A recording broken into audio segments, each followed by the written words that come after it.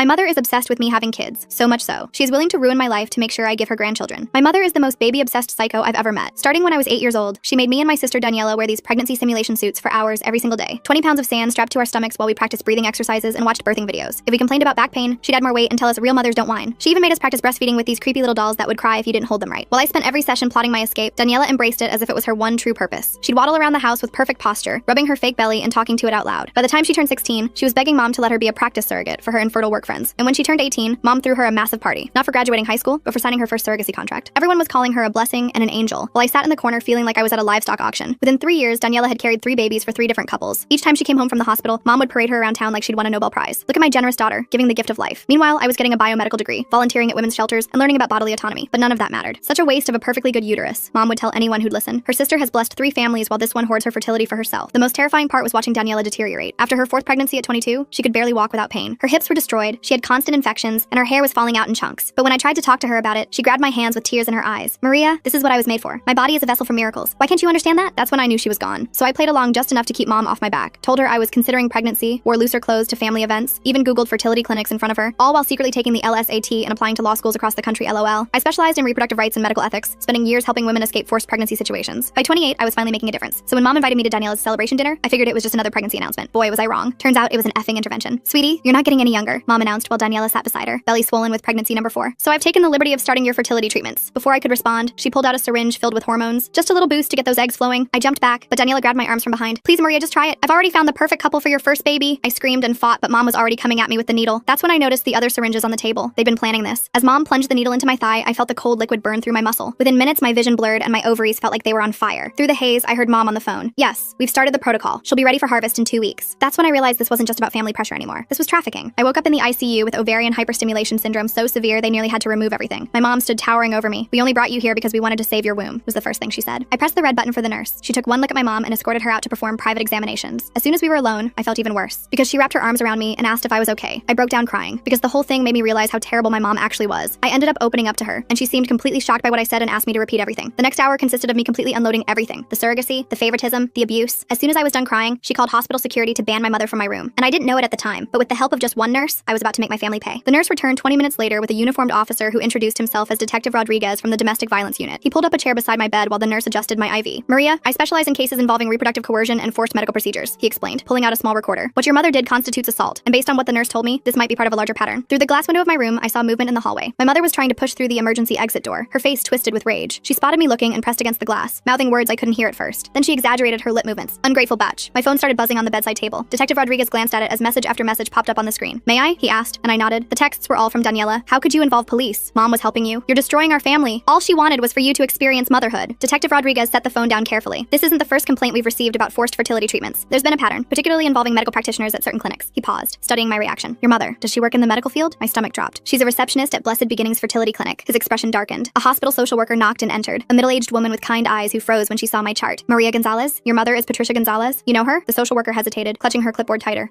We've had some interactions. Let me get you some resources. She fumbled through her papers, clearly uncomfortable. Detective Rodriguez made notes while I described the intervention dinner. The social worker kept glancing at the door, and I noticed her hands shaking slightly as she handed me pamphlets about domestic violence resources. I need to check something, I said, reaching for my phone. I logged into my medical portal, scrolling through recent documents. There it was, dated 3 months ago, right after I'd casually mentioned to Mom that James and I were thinking about our future. My medical power of attorney had been changed to my mother. This isn't my signature, I said, showing them the document. The handwriting was similar to mine, but slanted differently, the way someone might write if they were tracing. Before anyone could respond, a man in an expensive suit strode into the room. I'm representing Patricia Gonzalez. I understand there's been a misunderstanding regarding my client's daughter's medical care. That was fast, Detective Rodriguez muttered. The lawyer smoothed his tie. Maria is clearly suffering from hormone-induced psychosis. Her mother was simply trying to help when Maria became violent. We're requesting an immediate psychiatric evaluation. I'm not psychotic, I protested. The hormones in your system suggest otherwise. Ovarian hyperstimulation can cause severe mood disturbances, paranoia, even hallucinations. The hallway suddenly filled with noise. Daniela appeared with 5 small children clinging to her maternity dress. Aunt Maria needs help, she announced loudly to anyone who would listen. She's been struggling with jealousy issues for years. Hospital security arrived, trying to maintain order as the children started crying. Daniela bounced the youngest on her hip while rubbing her pregnant belly with her free hand. I grabbed my phone to call my law firm, needing backup. The receptionist answered on the second ring. Oh, Maria, your mother called earlier. She explained about your situation. Don't worry. We're handling your caseload while you recover. What? No, I'm fine. I need to speak to... The partners think it's best if you focus on getting better. Your mother said the breakdown was quite severe. I hung up, my hands trembling. Through the window, I watched my mother pull something from her purse, showing it to her lawyer. Keys, my apartment keys, my car keys. She started reciting something, and though I couldn't hear her, I recognized the pattern. She was listing my work schedule. Monday, she has court at 9. Tuesday is client meetings until 6. Wednesday, she volunteers at the women's shelter. The lawyer nodded along, taking notes. James burst through the door, still in his work clothes. Maria, I got your text. What's... But Daniela intercepted him him in the hallway, placing a manicured hand on his arm. I couldn't hear what she was saying, but I saw her gesture toward me, then touch her temple in the universal sign for crazy. She pulled out her phone, showing him something on the screen. The nurse who'd been helping me earlier returned with a plastic bag. "These are the belongings you came in with," she said, but her expression was troubled. She pulled out several glossy brochures from Blessed Beginnings Fertility Clinic. "Those aren't mine," I said immediately. She unfolded one of the brochures. Inside was a consent form for egg retrieval, dated last week. The signature matched the one on my power of attorney document. The hospital administrator appeared in the doorway, a thin woman with a practiced smile. "Given the circumstances and the family's concerns, we think it might be best to transfer Maria to our psychiatric ward for a full evaluation, just as a precaution." Through the glass, my mother smiled. Detective Rodriguez stood up. "She's not going anywhere without a court order." "Of course," the administrator said smoothly. "We're simply considering all options for Maria's well-being." My phone buzzed again. This time it was my law school mentor, Professor Chen. "Just got off the phone with your mother. She's very concerned about your pregnancy delusions. Said you've been fixating on having a baby, but your body won't cooperate. Is everything okay?" I wanted to scream. Every avenue of my life was being systematically poisoned. I looked at Detective Rodriguez, then at the social worker who still wouldn't meet my eyes, then at James in the hallway with Daniela still whispering in his ear. "The evaluation," I said suddenly. "I'll do it. I'll prove I'm competent." The lawyer smiled. "Excellent. Dr. Margaret Whitfield will perform the evaluation. She's the best in the state." The name sounded familiar. Then it hit me. Mom's book club. Dr. Whitfield had been coming to our house for monthly meetings for over a decade, but it was too late to take it back. The administrator was already making arrangements, and my mother's smile through the glass had turned triumphant. The nurse squeezed my hand as she checked my IV one more time. She leaned close, pretending to adjust my pillow. "Whatever happens, don't sign anything else," she whispered. "And check your phone's location settings. Someone's been tracking you." As everyone filed out to make arrangements for my evaluation, I noticed something else. Daniela was showing James her phone again, and this time I caught a glimpse of the screen. It was a text conversation, but not recent ones. These were from 2 years ago, when James and I had first started dating, and I'd mentioned that maybe someday, far in the future, we might want kids. She was building a case that I'd always wanted children, that this was all my own frustrated desire manifesting as paranoia. And from the look on James's face, it was working. The psychiatric evaluation was scheduled for tomorrow morning. As I lay in that hospital bed, watching my mother orchestrate my destruction through a pane of glass, I realized the true horror of my situation. She'd been planning this for years, waiting for the perfect moment to spring her trap, and I'd walked right into it. The psychiatric evaluation was set for 8 a.m. I spent the night rehearsing answers in my head, trying to anticipate Dr. Whitfield's questions. The nurse from earlier shift had slipped me a sedative, whispering that I'd need rest to appear stable, but sleep wouldn't come. Every time I closed my eyes, I saw my mother's triumphant smile through that glass. Around 3 a.m., my phone lit up with an Instagram notification. Daniela had posted a photo from last month's family dinner. There I was, slumped in my chair, eyes glazed. The caption read, "Praying for my sister's fertility journey. Some women struggle more than others to accept their maternal calling." Posted 3 weeks ago, but I was just seeing it now. The comments were full of sympathy for her and concern for me. I scrolled through her feed with growing horror. She'd been documenting my journey for months. Photos of me at family gatherings, always looking tired or distracted, captions about my baby fever and fertility struggles. In one video, I was playing with her youngest daughter, and Daniela had added text overlay. "She'll be such a good mom when she stops fighting nature." My work email pinged, then pinged again and again. I opened it to find my inbox flooded with messages. The subject lines made my blood run cold. "Thinking of you during this difficult time. Take all the time you need. Your health comes first." My mother had sent an email to my entire firm from my account. I read it with shaking hands. "Dear colleagues, I'm writing to inform you that I'll be taking an indefinite leave of absence to address some personal health matters. As many of you know, I've been struggling with fertility issues and the emotional toll has become overwhelming. My family is helping me get the treatment I need. Please redirect all urgent matters to the managing partners. Thank you for your understanding during this difficult time. Maria." The timestamp showed it was sent at 2:47 a.m. While I was lying here wide awake. I tried to log into my work account to send a retraction, but my password had been changed. My hands fumbled with the password reset, but the recovery email had been switched to one I didn't recognize. My mother had locked me out of my own professional life. 3 of my clients had already responded with supportive messages. Women I'd helped escape abusive situations, now believing I was having a mental health crisis. One wrote, "I always sensed you carried deep pain about motherhood. Please don't let it consume you like it almost consumed me." The irony made me want to vomit. By 6 a.m., the psychiatric ward's morning shift was arriving. I watched through my door's window as staff members whispered to each other, glancing in my direction. News traveled fast in hospitals. They all knew I was the woman who'd attacked her mother for trying to help with fertility treatments. A breakfast tray arrived, but I couldn't eat. My hands shook too badly to hold the plastic spoon steady. When I tried to drink the juice, I noticed a bitter aftertaste and set it down immediately. After what I'd learned about the drugging at family dinners, I couldn't trust anything. Detective Rodriguez arrived at 7:30, looking exhausted. "I've been investigating all night," he said quietly, pulling his chair close. "Your mother's name appears in several concerning patterns at that fertility clinic. But Maria," he hesitated, "the evidence is complicated. She's been very careful to make everything look like loving family support." "What kind of patterns?" I asked. "Young women, mostly from troubled backgrounds, who suddenly decide to become egg donors or surrogates after meeting with clinic staff. Your mother often handles their intake paperwork." He showed me a folder. "But here's the problem. They all sign consent forms. They all pass psychological evaluations. On paper, everything looks legitimate, because the system is designed to protect the clinic, not the women," I said. He nodded grimly. "I need more evidence to build a case, but right now, I'm more concerned about getting you through this evaluation safely." Dr. Whitfield arrived precisely at 8 a.m., carrying a leather briefcase and wearing a sympathetic smile that didn't reach her eyes. She was exactly as I remembered from Mom's book club meetings. Silver-haired, professionally dressed, with reading glasses on a pearl chain. "Maria, dear," she said warmly, "your mother has told me so much about your struggles." Detective Rodriguez started to object, but she held up a manicured hand. "I'm afraid this evaluation must be conducted privately. Standard protocol." "I'm staying," he said firmly. "Then I'll have to note in my report that the patient required police supervision, which suggests violent tendencies." Her smile never wavered. "Your choice, detective." He looked at me, jaw clenched. I nodded slightly. We both knew she'd already made up her mind about her report. Having him removed would just give her more ammunition. After he left, Dr. Whitfield settled into the visitor's chair and opened her briefcase. Inside, I glimpsed what looked like completed forms. The evaluation results, already written. "Now then," she began, pulling out a tablet. "Let's talk about your relationship with motherhood." For the next hour, every question was a trap. When I explained I'd chosen career over children, she typed notes about defensive rejection of femininity. When I mentioned helping women escape reproductive coercion, she murmured about projection of internal conflicts. When I tried to tell her about the forced injection, she asked if I often felt persecuted by maternal figures. "Your mother mentioned you've been playing with dolls recently," she said, studying me over her glasses. "What? No, I haven't. She found them in your apartment. Baby dolls, hidden in your closet." She showed me a photo on her tablet. 3 dolls I'd never seen before, tucked behind my winter coats. It's quite common for women experiencing fertility grief to regress to childhood coping mechanisms. I stared at the photo, my mind racing. The dolls were positioned carefully, me, as if someone had staged them. One was holding a tiny bottle. Another had a miniature diaper bag. The third was wrapped in a blanket that looked handmade. Those aren't mine, I said. Denial is also common, doctor. Whitfield replied, typing rapidly. Maria, there's no shame in wanting children, but when that desire becomes so overwhelming that you lash out at family members trying to help, she injected me with fertility hormones against my will. She tried to give you a vitamin supplement, according to witnesses. You became violent and had to be restrained. She tilted her head sympathetically. The mind can play tricks when we're under stress. Sometimes we misinterpret loving gestures as attacks. My phone buzzed. A notification from my bank. A large withdrawal from my savings account. When I tried to check it, Dr. Whitfield reached over and gently took the phone. Let's focus on our conversation, she said, placing it in her briefcase. Tell me about your jealousy toward Daniela. I'm not jealous of my sister. 7 successful pregnancies, a loving family, the admiration of your community. She leaned forward. Meanwhile, you've dedicated your life to preventing other women from experiencing motherhood. Don't you see the connection? Every protest I made was twisted into evidence of my instability. By the time she finished, she painted a picture of a woman so consumed by fertility grief that she'd constructed an elaborate persecution fantasy rather than admit her own desires. I'm recommending a 72-hour hold for observation, she announced, closing her tablet. With continued therapy, I believe we can help you work through these delusions. You can't do this, I said. I know my rights. Of course you do, dear. You've spent years studying law to compensate for what you perceive as your feminine failures. She stood, smoothing her skirt. The hold begins immediately. Psychiatric transport will be here within the hour. After she left, I grabbed the room's phone to call someone, anyone, but who? My firm thought I was having a breakdown. My boyfriend was being poisoned against me by my sister. My bank accounts were being drained. Even my mentor had been reached by my mother's campaign. The transport team arrived while I was still holding the dead phone. 2 orderlies with kind faces and firm grips. They spoke to me like I was fragile, dangerous, unpredictable. The nurse who'd helped me earlier was nowhere to be seen. As they prepared me for transport, I saw my mother in the hallway. She was talking to Dr. Whitfield, occasionally dabbing at her eyes with a tissue. The concerned mother, bravely handling her daughter's mental health crisis. Other staff members patted her shoulder sympathetically. The psychiatric ward was in a separate building, connected by an underground tunnel. The fluorescent lights hurt my eyes as they wheeled me through. The orderly pushing my wheelchair hummed tunelessly. The sound echoed off the concrete walls, mixing with the squeak of wheels and the distant clang of doors. My new room was small and sterile. White walls, a narrow bed with restraint straps visible, a small window with reinforced glass. They gave me paper scrubs to wear and took my belongings for safety reasons. The nurse doing intake was young, efficient, and clearly uncomfortable. Any history of mental illness? She asked. Number of sewer slide attempts? Number of violent episodes? No, wait, they're saying I attacked my mother, but I'll put down one recent episode. She typed quickly. Dr. Whitfield's orders say you're to have no visitors except family for the first 24 hours. No phone calls. It's for your own stability. That's illegal. I have the right to contact my lawyer. She bit her lip. I'll have to check with the attending physician about that. But the attending physician was conveniently unavailable, as were the patient advocates, the ward administrator. Everyone who might help was somehow unreachable. I was trapped in a bureaucratic maze designed to look like treatment. My mother arrived that afternoon with a suitcase. I brought you some comfortable clothes, she announced, setting it on the bed, and some photos of Daniela's babies. I thought they might help you remember what we're working toward. She unpacked methodically. Maternity clothes, all in my size. Prenatal vitamins, a journal titled My Fertility Journey, with the first several pages already filled out in handwriting that looked almost like mine. Photos of babies I'd never met, labeled with names like your nephew and your godson. The retrieval is scheduled for next week, she said conversationally, hanging up a dress clearly designed for a pregnant woman. Dr. Martinez at the clinic is very optimistic about your egg quality. 28 is still young enough for excellent results. I'm not consenting to egg retrieval. Of course not, dear. Not in your current state. She smoothed the dress on its hanger. That's why I've petitioned for temporary medical conservatorship, just until you're thinking clearly again. She pulled out a folder thick with documents. Legal forms, medical papers, psychiatric evaluations. My signature on half of them, forged but convincing. A paper trail stretching back months, documenting my supposed descent into fertility obsession. Your work friends have been so supportive, she continued. Several have written letters for the conservatorship hearing. They've noticed your preoccupation with pregnancy for some time, apparently. All those pro bono cases for pregnant women, they thought you were working through something personal. I watched her redecorate my psychiatric room into a nursery in waiting. She'd brought a small ultrasound photo in a frame, labeled Baby Gonzalez with next month's date, a mobile with tiny elephants, a book about pregnancy nutrition, each item carefully chosen to support her narrative. Daniela sends her love, Mom said, pulling out her phone. She's been so worried about you. She showed me a video. Daniela in a hospital bed, surrounded by flowers, cradling her newest baby. Hi, Maria, my sister said to the camera, her voice weak but warm. I just wanted you to know that I love you. And when you're ready, there's a wonderful couple waiting to give your babies all the love in the world, just like mine are getting. Don't fight this, okay? Let Mom help you. She only wants what's best. The baby in her arms started crying. Daniela winced as she adjusted her position, and I saw the flash of pain across her face. The camera shook slightly. Whoever was filming had noticed too. Then the video cut off. She's so brave, Mom said, tucking the phone away. 5 pregnancies now, and she never complains, unlike some people. A commotion in the hallway interrupted her. Raised voices, then the sound of security being called. Through the small window in my door, I saw the nurse who'd helped me in the ICU being escorted out by security. She was carrying a box of personal items, her face flushed with anger. My mother followed my gaze and smiled. Oh yes, she was let go this morning. HIPAA violations, I heard. Sharing patient information without authorization. Such a shame. She seemed like a nice girl. The message was clear. Anyone who helped me would pay the price. After Mom left, I tried to sleep but couldn't. The bed was too firm, the room too bright, the sounds of the ward too unsettling. Someone down the hall was crying. Another patient kept asking for their mother. The night nurse did checks every hour, shining a flashlight through the window. Around midnight, a different nurse slipped into my room. She was older with graying hair and tired eyes. I don't have long, she whispered, but I knew your nurse friend. She asked me to give you this. She pressed a small piece of paper into my hand. A phone number, nothing more. Call it when you can, she said. Not from here. They monitor the ward phones, but when you get out, she glanced nervously at the door. There are more of us than you think. Women who've seen what happens at that clinic. We've been too scared to speak up. She left as quickly as she'd come. I memorized the number and then tore the paper into tiny pieces, flushing them down the toilet. Evidence of conspiracy, my mother would call it. Proof of paranoid delusions, Dr. Whitfield would say. The next morning brought group therapy. 6 women in a circle, sharing their struggles. The therapist, a young man with an earnest face, encouraged us to explore our relationships with femininity. When my turn came, I stayed silent. Anything I said would be documented, twisted, used against me. Maria is working through some fertility grief, the therapist explained to the group. Sometimes that manifests as rejection of traditional female roles. One of the other women, barely out of her teens, looked at me with sympathy. I get it, she said. I used to think I didn't want kids either, but therapy helped me realize I was just scared of not being good enough. I wanted to scream that not wanting children was a valid choice, that femininity wasn't defined by reproduction, that I was here because I'd helped too many women escape escape exactly this kind of pressure, but I just nodded and let them draw their own conclusions. Lunch was in a common room with barred windows. I picked at the food, still paranoid about substances. My table mate, an older woman with hollow eyes, leaned over conspiratorially. "First time?" she asked. I nodded. "Word of advice, agree with everything they say. Fastest way out is through compliance." She stirred her pudding absently. "I've been here 6 times. Keep fighting my daughter about custody of my grandkids, but this time I'm gonna play along. Tell them I understand boundaries, accept my role." Her laugh was bitter. "Whatever gets me out, right?" That afternoon, I had individual therapy with Dr. Whitfield. She'd set up a permanent office on the ward to better serve my patients. The walls were covered with inspirational posters about motherhood and healing. "Your mother tells me you were asking about the retrieval procedure," she began. I wasn't. "It's natural to be curious. Many women find that understanding the medical process helps alleviate their fears." She pulled out a brochure from Blessed Beginnings. "The clinic has an excellent success rate, and the couple your mother has selected is just lovely. He's a doctor, she's a teacher. They've been trying for 5 years. I'm not donating my eggs." "Of course not. You're donating the possibility of life. There's a difference." She made a note on her pad. "Maria, I want you to try something. Close your eyes and imagine holding your biological child. Even if another woman carries them, they'll still be yours in the way that matters." I kept my eyes open, staring at her diplomas on the wall, all from respectable institutions, all legitimate. This wasn't some back alley operation. It was a fully licensed psychiatrist in an accredited hospital doing exactly what the system allowed her to do. "Resistance is normal," she continued. "But I think deep down, you know your mother is right. You've spent so many years fighting your nature that you've convinced yourself the fight is the purpose. But what if you just let go?" James came during visiting hours, but I was told family only. Daniela arrived instead, moving slowly, one hand supporting her belly. She'd brought her 5 children, who fidgeted uncomfortably in the sterile visiting room. "Aunt Maria is sick," she told them, "but she's getting better." The oldest, a girl about 6, studied me solemnly. "Grandma says you're going to have babies soon too." "That's right, sweetheart," Daniela said before I could respond. "Aunt Maria just needs some help remembering how much she wants them." She'd brought photos from our childhood, the 2 of us with those horrible pregnancy suits, but she'd edited them somehow. In these versions, I was smiling, playing along, happy. "Remember how you used to name your pretend babies?" she asked. "You had a whole list. Emma, Sophia, little James Jr. if it was a boy." "That was you," I said quietly. "Those were your names." "No, Maria." She pulled out a notebook, weathered and familiar. My childhood diary. She opened it to pages I didn't remember writing. Lists of baby names and handwriting that looked like mine but wasn't. "See? You've always wanted this. The stress just made you forget." The children watched our exchange with wide eyes, learning, absorbing, seeing how Aunt Maria was being helped to remember her true purpose. The oldest kept glancing at her mother's swollen belly, then at my flat stomach, confusion clear on her face. After they left, I found myself in the bathroom, staring at my reflection. The fluorescent lights made me look pale, hollow, like the other women on the ward. I wondered how many of them were here for similar reasons, how many had fought too hard against expectations and ended up labeled as crazy. That evening, there was an incident. A new patient, young and terrified, had been brought in screaming about being forced to have a baby. Security had to restrain her while nurses administered sedatives. Through my cracked door, I heard fragments of her story. Religious parents, pregnancy pact, escape attempt. By morning, she was calm, compliant, sitting in group therapy talking about how she'd misunderstood her family's love. "Sometimes we perceive care as control," the therapist said, nodding approvingly. "But with medication and therapy, we can learn to accept support." I watched her carefully, the slight tremor in her hands, the delayed responses, the way she agreed with everything, even contradictory statements. They'd medicated her into submission, and everyone pretended it was healing. My own medication arrived with breakfast, just to help with the anxiety, the nurse explained. I recognized the pills, mild sedatives, nothing too serious. But I knew they were just the beginning. Refuse too long, and they'd find reasons for stronger interventions. I palmed the pills, pretended to swallow. Later, I'd flush them like the phone number, but I couldn't keep this up forever. Eventually, they'd do mouth checks, inject medications, find ways to ensure compliance. The conservatorship hearing was in 3 days. Dr. Whitfield assured me it was just a formality, and that I didn't need to attend. "Your mother will handle everything. You just focus on getting better." But I knew what that hearing meant. Once she had conservatorship, she could consent to anything on my behalf. Egg retrieval, hormone treatments, even forced pregnancy if she found a suitable way to frame it as therapeutic. That night, I lay awake planning. Not escape, that would only prove my instability, but compliance. Strategic, calculated compliance that might get me released before the hearing. I'd have to become what they wanted to see. A woman who'd accepted her true desires, who understood her mother's love, who was ready to embrace motherhood. The performance would have to be perfect. One slip, one moment of resistance, and I'd be here indefinitely. But if I could convince them I'd had a breakthrough, shown proper gratitude for their help, maybe, just maybe, I could get out in time to fight the conservatorship. I thought about all the women I'd helped over the years, how many had been in similar positions, trapped by family expectations, medical systems, legal frameworks that prioritized reproduction over autonomy. I'd fought for them in courtrooms and shelters. Now I had to fight for myself with the only weapons left, manipulation and lies. The irony wasn't lost on me. To prove I was sane, I had to act crazy. To maintain my autonomy, I had to surrender it. To escape my mother's control, I had to embrace everything she wanted me to be. Tomorrow, I'd start my performance, cry in therapy about my empty womb. Thank Dr. Whitfield for helping me see the truth. Ask Daniela for advice about egg donation. Let my mother dress me in those maternity clothes and tell her how right they felt. Every word would burn. Every gesture would betray everything I believed. But it was the only way out that didn't involve a needle in my arm and stirrups in an operating room. The night nurse did her check, flashlight sweeping across my face. I kept my breathing even, feigning sleep. Down the hall, someone was crying again, or maybe still. In places like this, the crying never really stopped. 3 days. I had 3 days to convince them I was cured of the terrible affliction of not wanting children. 3 days to perform the most important act of my life. The real tragedy was that I knew I could do it. Years of watching Daniela had taught me exactly what to say, how to act, what they wanted to see. I could become the perfect patient, grateful for their intervention, eager to fulfill my biological destiny. And maybe that was the worst part. Not that they were trying to break me, but that I knew exactly how to let them think they'd succeeded. The next morning, I woke with newfound determination. During group therapy, I raised my hand for the first time. "I think I understand now," I said, letting my voice crack. "All these years, I've been running from what I really wanted." The therapist leaned forward eagerly. "Tell us more, Maria." I described a fabricated dream about holding a baby, watching the other women nod knowingly. When Dr. Whitfield arrived for our session, I was ready. "I want to apologize," I began, twisting my hands in my lap. "You were right. I've been using my career to avoid facing my fertility grief." She practically glowed. "This is wonderful progress, Maria." For the next hour, I fed her exactly what she wanted to hear. How jealous I'd been of Daniela's pregnancies. How my work with reproductive rights was really about controlling what I couldn't have. By the end, she was typing furiously, documenting my breakthrough. "I think we should tell your mother," she said. "She'll be so relieved." When Mom arrived that afternoon, I was wearing one of the maternity dresses she'd brought. The fabric hung loose on my frame, but I kept rubbing my flat stomach the way I'd seen Daniela do countless times. "Oh, sweetie," Mom said, tears in her eyes. You look so natural. I let her hug me, fighting the urge to push her away. I'm sorry I fought you, I whispered. You were just trying to help. She pulled back, studying my face. For a moment, I thought she saw through the act. Then she smiled and pulled out her phone. Daniela needs to hear this, she said, already dialing. I spent the rest of the day performing, asking Mom about the egg retrieval process, looking at photos of the couple who wanted my eggs, even practicing breathing exercises from those horrible childhood sessions. Dr. Whitfield was so impressed that she mentioned possibly expediting my release. If you continue showing this level of insight, we might not need the full 72 hours. That night, I couldn't sleep. Tomorrow was crucial. I needed to maintain the performance while somehow getting access to a phone or computer. The conservatorship hearing was in 2 days, and I had to find a way to contest it. The next morning brought a surprise. James arrived during visiting hours, and this time they let him in. He looked exhausted, conflicted. Your mom said you're doing better, he said carefully. I wanted to scream the truth, but I knew they were probably monitoring us. Instead, I reached for his hand. I've been so confused, I said, but I'm starting to understand what I really want. He studied my face, and I tried to communicate silently. His eyes widened slightly. Did he understand? Maybe when you get out, we can talk about our future, he said slowly. I'd like that, I replied, squeezing his hand 3 times. Our old signal for play along. After he left, I felt a spark of hope. Maybe he hadn't completely bought Daniela's lies. That afternoon, I convinced the ward staff to let me use the computer in the day room to research fertility options. Instead, I quickly logged into my email through a web browser. My password still worked on my personal account. I fired off a message to a colleague who specialized in conservatorship law, keeping it vague but urgent. Then I checked my bank accounts. More money had been withdrawn. At this rate, I'd be broke within a week. Finding good information? A nurse asked, approaching. I quickly switched tabs to a fertility clinic website. Just learning about the process, I said brightly. She smiled and moved on. I had maybe 5 more minutes before someone got suspicious. I navigated to the court website and found the conservatorship filing. My mother had claimed I was gravely disabled due to fertility-related psychosis. The hearing was scheduled for tomorrow at 2 p.m. I memorized the case number and courtroom, then cleared the browser history. If I could just get released in the morning, I might make it to court. That evening, Dr. Whitfield called an emergency session. My stomach dropped. Had they discovered my computer use? Your mother told me you've been asking about specific fertility clinics, she said. I'm so pleased with your progress that I'm recommending immediate release. I blinked. Really? You'll need to continue outpatient therapy, of course, but I think you're ready to take the next steps in your journey. She smiled. Your mother has already made an appointment at Blessed Beginnings for tomorrow afternoon, the same time as the conservatorship hearing. That's wonderful, I managed to say. I was released the next morning at 9 a.m. Mom was waiting with a bouquet of flowers and a gift bag. I bought you some prenatal vitamins, she said, handing me the bag. Just to prepare your body. I smiled and accepted them, already planning my next move. Mom, I need to stop by my apartment first. Change clothes, feel normal again. Her smile faltered. Oh, but we have appointments. Please, I said, channeling Daniela's manipulation tactics. I want to look my best when we go to the clinic. This is such an important day. That worked. She drove me to my apartment, though she insisted on coming inside. While she waited in the living room, I locked myself in the bathroom and called the colleague I'd emailed. Maria, I got your message. The hearing is at 2 p.m., right? I'll be there. I can't make it, I whispered. My mother will have me at the fertility clinic. Can you file an emergency motion? Without you present, it's harder, but I have evidence, I interrupted. Check my work email. Password is, I gave her my credentials. There's a folder labeled personal. Everything's there. I hung up as Mom knocked on the door. Everything okay, sweetie? Just nervous. I called back. I emerged to find her rearranging my bookshelf, removing my law texts and replacing them with pregnancy guides she'd brought. Much better, she said. Now, let's get you changed. She'd brought an outfit, a flowing dress that suggested fertility and femininity. I put it on, playing the part. We arrived at Blessed Beginnings at 1:30. The waiting room was full of hopeful couples and young women who looked vaguely disconnected. I recognized the look from my years of advocacy work. Patricia, a nurse greeted my mother warmly. And this must be Maria. We've heard so much about you. They whisked me back for preliminary testing, while Mom filled out paperwork. The nurse chattered about success rates and happy families while drawing my blood. Your mother says you're eager to help a special couple, she said. Very eager, I lied. At 2:15, I asked to use the bathroom. Instead, I slipped out a side door and called a rideshare. The courthouse was only 10 minutes away. I burst into the courtroom at 2:25. The judge was already speaking, my mother at the petitioner's table with her lawyer. My colleague stood at the respondent's table, looking relieved to see me. Your Honor, she said quickly, my client has arrived. Mom's face went white, then red. She's supposed to be at the clinic. Interesting, the judge said dryly. Ms. Gonzalez, are you here of your own free will? Yes, Your Honor, and I'd like to contest this conservatorship petition. The next hour was brutal. Mom's lawyer presented Dr. Whitfield's evaluation, the psychiatric hold, my confession of wanting children. But my colleague countered with the evidence I'd gathered, the forged signatures, the timeline of Mom's planning, the pattern of coercion at the clinic. Your Honor, I said when given the chance to speak, I don't have fertility grief. I have a mother who's built her entire identity around her daughter's reproductive capacity. She drugged me, forged documents, and orchestrated an elaborate campaign to destroy my credibility when I refused to participate in her breeding agenda. Mom started crying. I just wanted grandchildren. Is that so wrong? You have 5 grandchildren, I pointed out. Through Daniela, who can barely walk anymore because of what you've done to her body. She chose that life, did she? Or did you condition her from age 8 to believe she had no other value? The judge called for order. After reviewing the evidence, including the hair follicle test results my colleague had subpoenaed, he made his decision. The petition for conservatorship is denied, he said firmly. Furthermore, I'm issuing a restraining order. Ms. Patricia Gonzalez, you are to have no contact with your daughter Maria. Mom wailed. Her lawyer whispered urgently in her ear, but the decision was final. As we left the courthouse, I saw Daniela in the parking lot, struggling to get out of her minivan with her swollen belly. She'd brought all 5 children. How could you? She called out. Mom loves us. She loves what our bodies can do for her, I replied. There's a difference. The oldest child, the 6-year-old girl, tugged on Daniela's dress. Mommy, why is Grandma crying? Daniela didn't answer. She couldn't. Because how do you explain to a child that they're being groomed for the same fate? I walked away, my colleague beside me. What now? She asked. Now I file a complaint with the medical board about Blessed Beginnings, I said, and I start documenting everything for the civil suit. What about your sister? I looked back at Daniela, still standing by her van, children clustered around her like shields. I can't save someone who doesn't want to be saved, but maybe I can protect her daughters. That evening, James came to my apartment. We sat on my couch, the same one where Mom had probably planted those dolls, and talked for hours. I almost believed them, he admitted. The texts, the photos, the stories, it all seemed so real. That's how good manipulators work, I said. They take a grain of truth and build a mountain of lies. He stayed the night. Not romantically, neither of us were ready for that. But having someone there who believed me, who saw through the gaslighting, made me feel human again. The next few weeks were a blur of legal filings. Therapy, real therapy, not Dr. Whitfield's manipulation, and slowly reclaiming my life. My firm welcomed me back after I explained the situation. Several of my clients reached out, apologizing for doubting me. The investigation into Blessed Beginnings revealed what I'd suspected, a pattern of targeting vulnerable women, often referred by concerned family members like my mother. The clinic was shut down pending review. Mom tried to contact me through flying monkeys, mutual acquaintances, distant relatives, even my childhood priest. Each time, I documented it for the restraining order file. Daniela gave birth to her 6th child 6 weeks later. I heard through the grapevine that there were complications, bad ones. She survived, but barely. The doctors told her no more pregnancies. I wanted to feel vindicated, but I just felt sad. She was my sister, despite everything. And now she was facing the reality of a body destroyed in service of someone else's vision. 3 months after the conservatorship hearing, I got a call from an unknown number. I almost didn't answer, but something made me pick up. Aunt Maria? A small voice said. It's Emma, Daniela's oldest daughter. Hi, sweetheart, I said carefully. Is everything okay? Mommy's sick again, and Grandma keeps talking about when I'm older and can have babies. Her voice dropped to a whisper. I don't want to be like Mommy. My heart broke and soared simultaneously. You don't have to be, Emma. You can be whatever you want. Can I